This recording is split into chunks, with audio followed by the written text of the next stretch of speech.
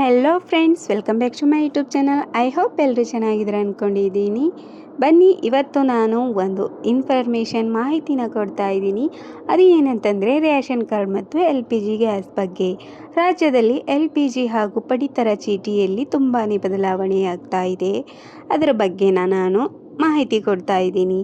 ಏನೆಲ್ಲ ಬದಲಾವಣೆಯಾಗ್ತಾ ಇದೆ, ಏನಕ್ಕೆ ಬದಲಾವಣೆ ಮಾಡ್ತಾ ಇದ್ದಾರೆ, ಅದರಿಂದ ಜನರಿಗೆ ಯಾವ ಥರ ಯೂಸ್ ಆಗುತ್ತೆ ಎಲ್ಲನೂ ಹೇಳ್ತೀನಿ. ವಿಡಿಯೋನ ಸ್ಕಿಪ್ ಮಾಡದೆ ಕೊನೆಯವರೆಗೂ ನೋಡಿ.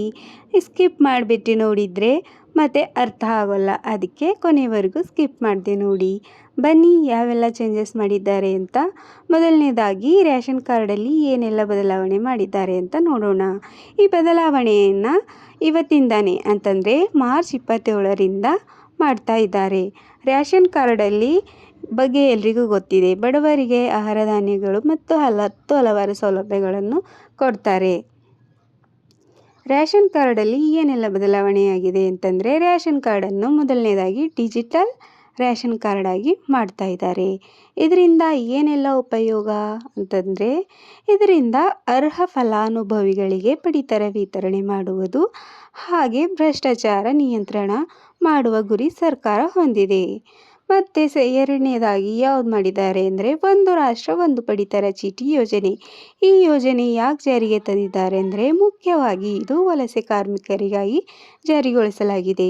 ಈ ಯೋಜನೆಯಡಿ ಕಾರ್ಡ್ ಡಿಜಿಟಲೀಕರಣ ಯಾರು ಮಾಡ್ಕೋತಾರಲ್ವ, ಅವರು ಯಾವುದೇ ದೇಶದ ಮೂಲೆಯಲ್ಲಿರಲಿ ಭಾಗದಲ್ಲಿರಲಿ ಅವರು ರೇಷನ್ನ ಪಡ್ಕೋಬಹುದು.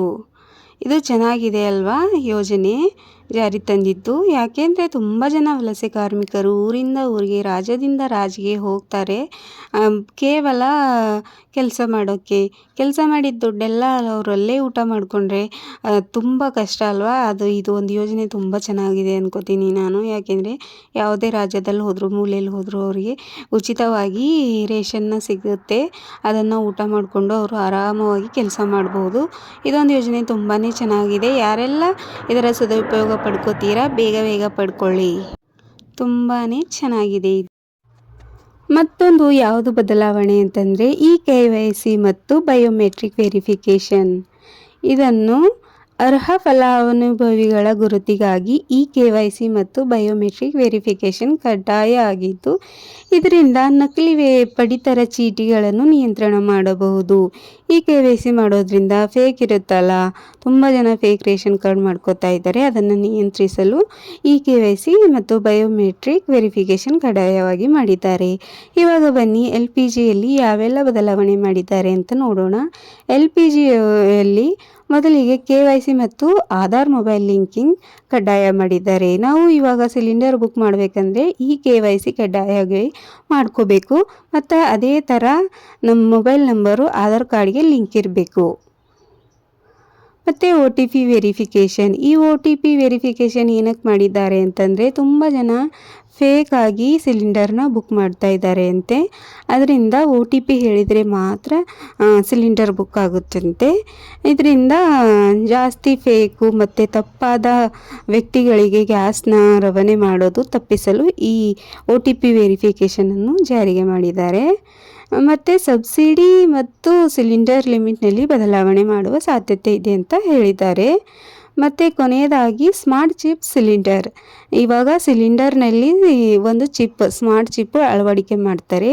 ಯಾಕೆ ಅಂದರೆ ಅನಿಲದ ಸ್ಥಿತಿ ಮತ್ತು ಟ್ರ್ಯಾಕಿಂಗ್ ಮಾಡಬಹುದು. ನೋಡಿ, ಇವಾಗ ಸಿಲಿಂಡರ್ ಒಳಗಡೆನೆ ಚಿಪ್ನ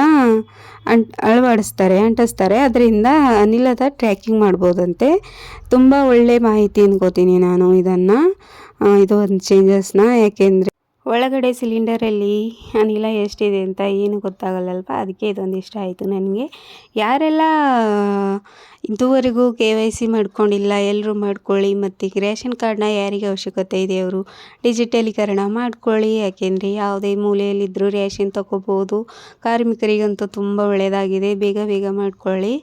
ಮತ್ತು ನಾನು ಕೊಟ್ಟಿರೋ ಮಾಹಿತಿನ ಇಷ್ಟ ಆದರೆ ಪ್ಲೀಸ್ ಲೈಕ್, ಶೇರ್, ಕಾಮೆಂಟ್ ಮಾಡಿ, ಹಾಗೆ ಸಬ್ಸ್ಕ್ರೈಬ್ ಮಾಡ್ಕೊಳ್ಳಿ ಚಾನಲ್ನ. ಮತ್ತು ಇದೇ ಥರ ನೆಕ್ಸ್ಟ್ ಮಾಹಿತಿನ ಕೊಡ್ತೀನಿ ನಾನು. ಅಲ್ಲಿವರೆಗೂ ಕಾಯ್ತಾ ಇರಿ. ಸಿಗೋಣ ನೆಕ್ಸ್ಟ್ ವಿಡಿಯೋದಲ್ಲಿ. ಅಲ್ಲಿವರೆಗೂ ಹರ್ ಹರ್ ಮಹಾದೇವ್. ಬಾಯ್.